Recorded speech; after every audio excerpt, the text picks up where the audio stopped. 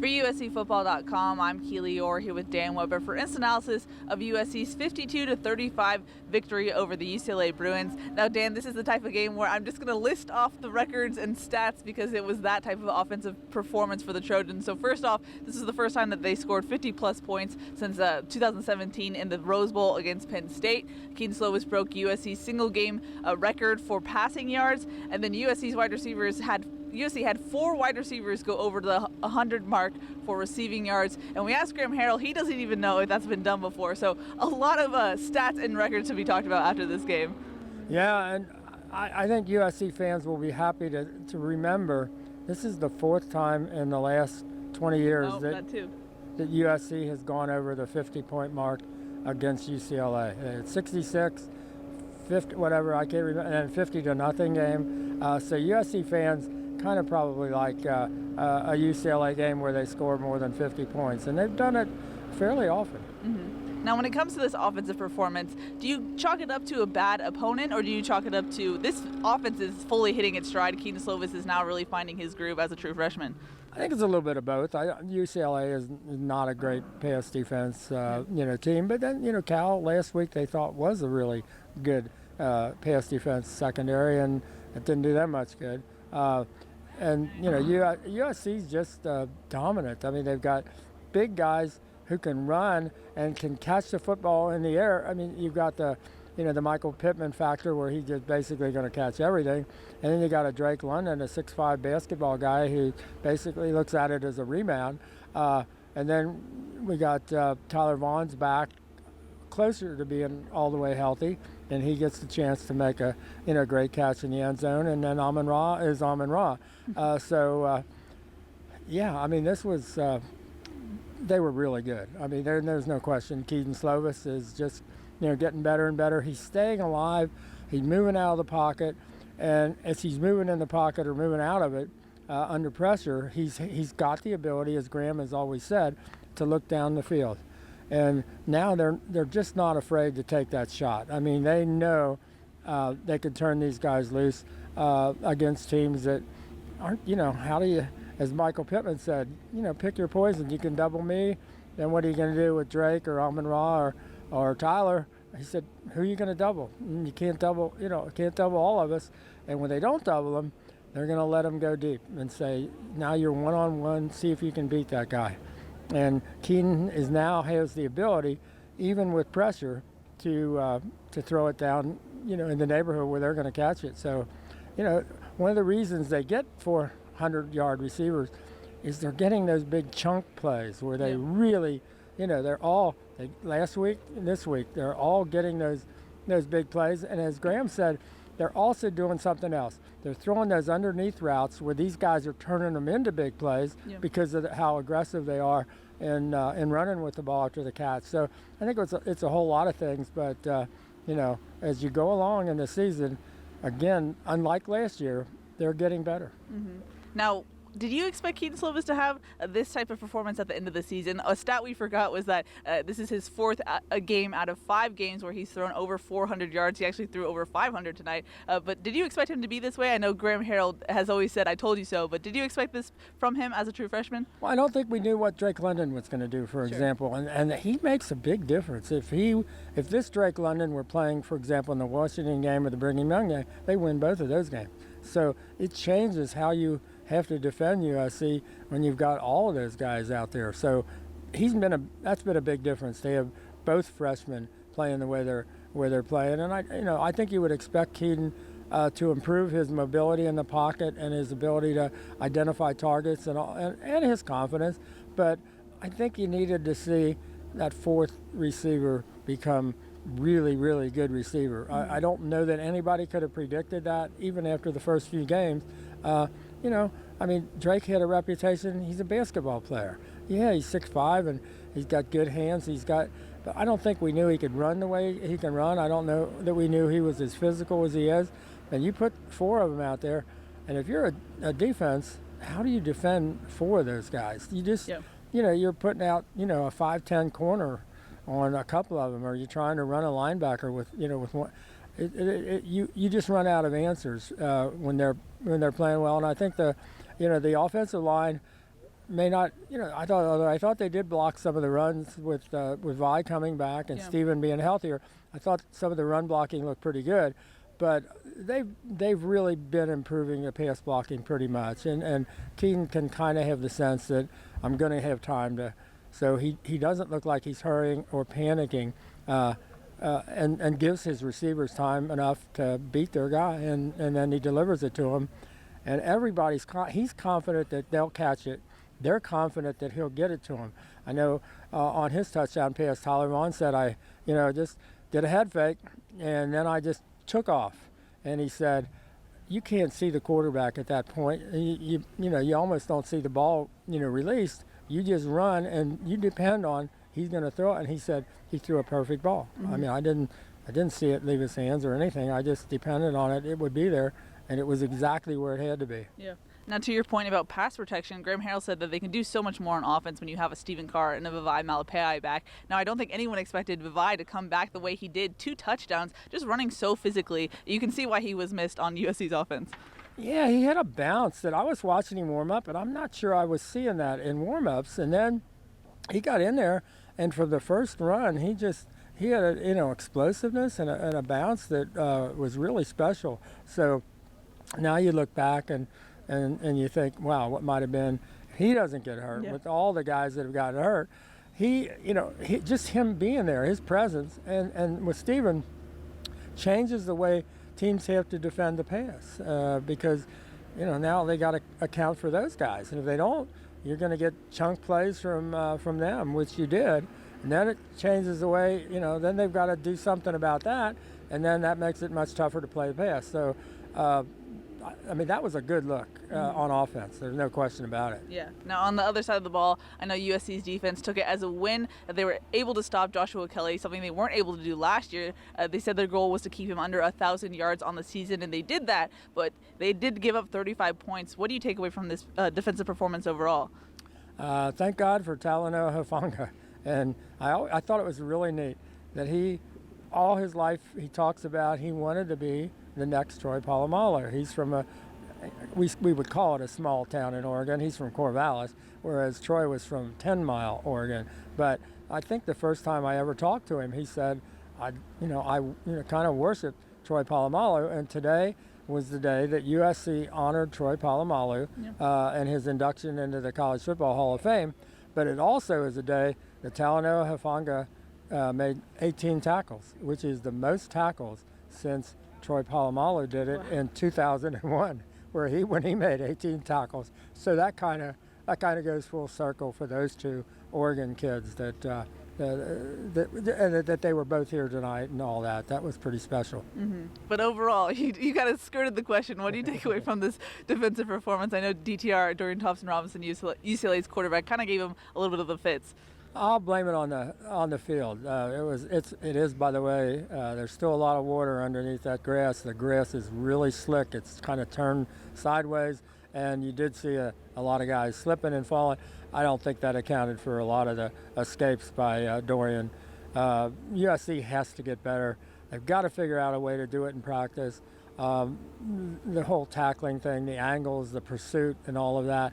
I mean, all they had to do was drop Dorian back and then let the USC rush run by him and then just take off. And that's probably not a good thing for your defense. So I think USC has to figure out a way how they can make practice more like games so that, this isn't the first time that they're playing fast and under pressure and with, physicality required in tackling since last week against Cal or the week before, against whoever, Arizona State.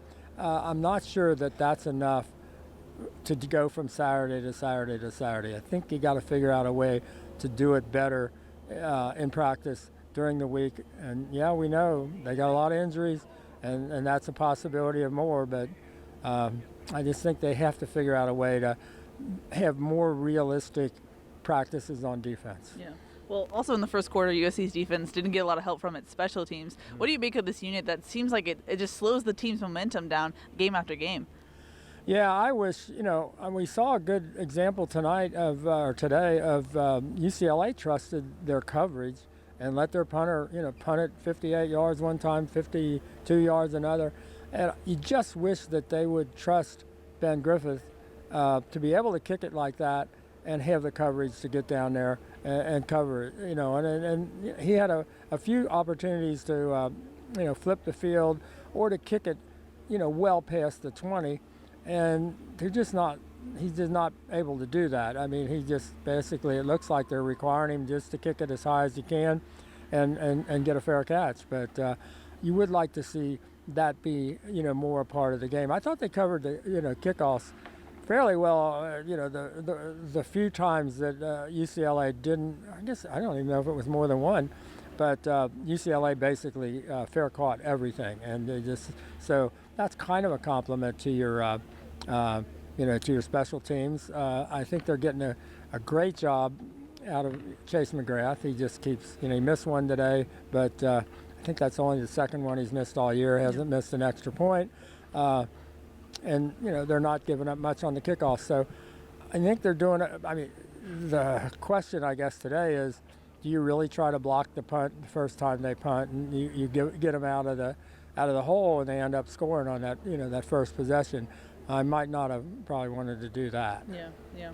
Now USC is kind of in a weird holding pattern just because of its second bye week on the last week of the regular season. Clay Helton said in his post-game presser that he's going to be a big fan of Arizona and Colorado going forward because that's who Utah plays. Right now when we're recording this, Utah hasn't even kicked off the Arizona game yet. But what do you make of what USC is going to do going forward? I know they're practicing closed practices on Monday and Tuesday. Monday is going to be cleaning up this UCLA game, and then Tuesday I think is developmental. But they're kind of in a wait-and-see mode, and if Utah slips up, they could be in the Pac-12 championship, meaning USC. It'd be interesting if that would happen tonight. My guess would be they might revamp next week's Thanksgiving week schedule. Just a guess. Because if that happens, they're going. Yeah. But my guess would be more likely the following week. So at that point, I think you gotta take a look at Oregon again, and there's a whole lot to look at from that game. And then you got they got to wait it out to that next one or next Saturday. So it's a good plan to have that bye week. If they were already in the championship game, that's like probably a pretty good plan. Yeah. If you're not in it, it's you're waiting and seeing. And I don't know. I mean, I think it's not a bad thing when it's Thanksgiving week if kids can feel a little less pressure about going home and still getting back. But it'll be interesting. I mean, they'll be all watching it, Saturday a week or a week from today. And I wonder if the, travel schedule and things will change if Utah happens to stub their toe and USC is in the game.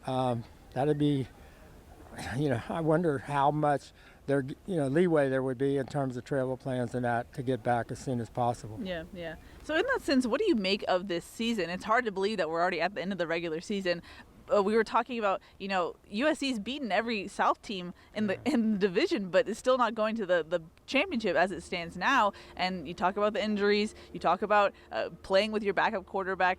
What do you make of this whole season? It's crazy. I mean, when you lose, basically they lost three quarterbacks at different times. Yeah. Three guys who were starters. They beat Utah with Matt Fink, who would be considered your third string quarterback going into the season.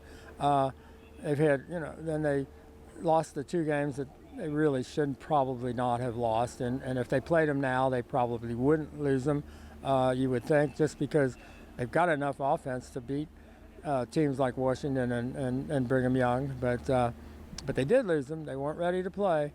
And those games hurt. That Washington game really, really hurts them because now, and it might knock them out of, I don't know if Washington gets if nothing else changes, does Washington get the slot in the Alamo Bowl, for example, which is kind of the better bowl? USC would end up in the Holiday Bowl. It's closer, better for the fans in that way, but Alamo is kind of a neater bowl to go to. I'm not sure if USC's ever been to the Alamo Bowl. There may be, but not that I can remember. And does Washington get there even though they haven't finished really all that strong as opposed to USC? I don't know how that works out, but we'll know that next Sunday as well. So again, what do we say when it's USC football? Stay tuned. Yeah. I mean, there's a lot of things to stay tuned for. They got the banquet tomorrow night.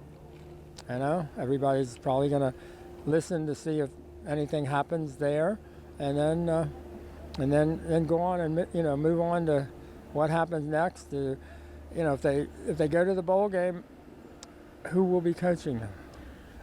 And we're not just like the head coach, but all through the staff. Do any changes occur? I don't think we know. We just don't. Well, I have to ask you because I know USC fans really want to know Clay Helton and his job security going forward. I know after the ASU game, you said that you don't think anything that happened on the field could necessarily save his job going forward. Have you changed on that? What's your gut feel going into the regular season? Well, you might say I don't think it should change anything. I think it's basically as you talk about this season, and did you finish strong? Are you getting better? Are you improving? Is there progress? And yet you can say, well, as Clay said, there's progress over last year. Yeah, but last year was 5-7. I mean, is this team progressing toward a team that can be nationally championship, relevant? I don't think we're seeing that, even with as much, offensive firepower as you got. I just don't think that's happening. So, and then you look at the recruiting and how difficult that has been. And I know Clay was leaving for a big recruiting weekend, he said, here. But I don't think any one game in the second half of the season is changing anything. I just think that's been kind of decided, and not necessarily so much by, you've got a new president, you've got a new AD just for a couple of weeks. I don't know that it's those people coming in and saying, now let's take a look at it. I think it's what has happened with this program and the general direction of it over the last 4 or 5 years. Is it better off now than it was, when they were more nationally relevant? And it's not. Just contending for the Pac-12 South is not really good enough for USC. And contending for it and not getting there, even more so. Yeah. And then people look and say, man, they got a lot of talent. If you got the best wide receiving core in the country, I think that was an arguable point before today. After today, it may not even be arguable. It may be, yeah, they do. Yeah. And they don't win the Pac-12 South. Yeah. And their two toughest games were here, and they got by Utah, but they didn't get by Oregon, and they just weren't ready to play that game. That was, again, a chance that they had to, get this going in their direction, and they didn't even show up for that one. So I don't think any game is changing anything that's going to happen. Might change possibly some of the, timing or assistant coaches or whatever, but I doubt it. But again, it's USC. Who knows? I mean, if you look at all the things that have happened in the last decade with regard to the athletic directors and the football coaches, it's not like, oh, I trust them, they'll make the right decision. This is not something you're probably ever going to hear anybody say until this decision is made. Yeah.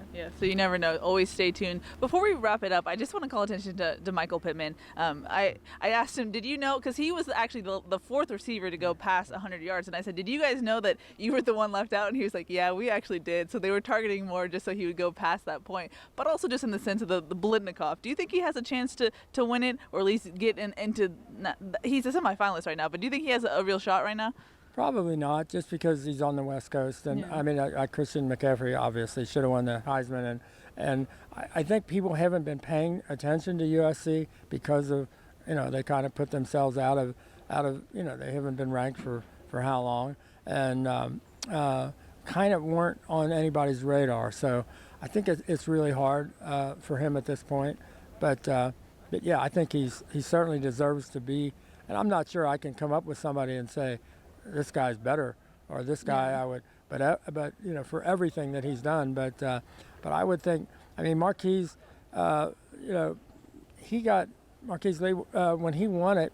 He wasn't even on the list of candidates, the watch list at the beginning of the year, and they had to add him because everybody went, wait a minute, and he ended up winning it. So he started out from not being on the list to winning it. I'm not sure that'll happen again. I mean, he had like that 375-yard game receiving at Arizona that like everybody in the world said, "Are you kidding?" That was like so special. I don't know that Michael will get that kind of a chance. Mm-hmm. Any final thoughts before we wrap it up here in the Coliseum for the last time for the 2019 season? I know I sound surprised because it's weird how fast this season went. Yeah, and we're looking at an after Christmas bowl game now, so that seems like a long way away. Yeah. I mean, we're talking because they get the bye. They may not get you would say the odds are they're not going to get into the championship game, so that's 2 weeks. And then, you've got the rest of December, 3 more weeks, so it seems like a long way off. This season has gone faster than any that I can remember. And it's not a bad thing that they're ended up 8-4 from where they were and how it went last year and all of that. But, from where, and adjusting to all those injuries. Yeah. But still, they shouldn't have given up 35 points today. That was, they shouldn't have let Dorian Thompson, run free. But they did a great job on Joshua Kelly. So you got some talking points, but like always with this team, you say they did this, but on the other hand, this happened. And it's just, there's not a game where you don't end up saying that. They did this, but, it's always a point counterpoint. Yeah. And this whole season has been a kind of a point counterpoint. Yeah. So, and you got to give them credit. Nobody has done a better job with a freshman quarterback than USC has done over the year. And you got to give Graham Harrell a tremendous amount of credit for that. But as Keaton says, who couldn't be good with these wide receivers? True. So it's kind of neat the way he's just not deflecting it. He's right. I mean, I don't think you could have a definitive statement about this team. Like, okay, this is what it is. It's a whole lot of things.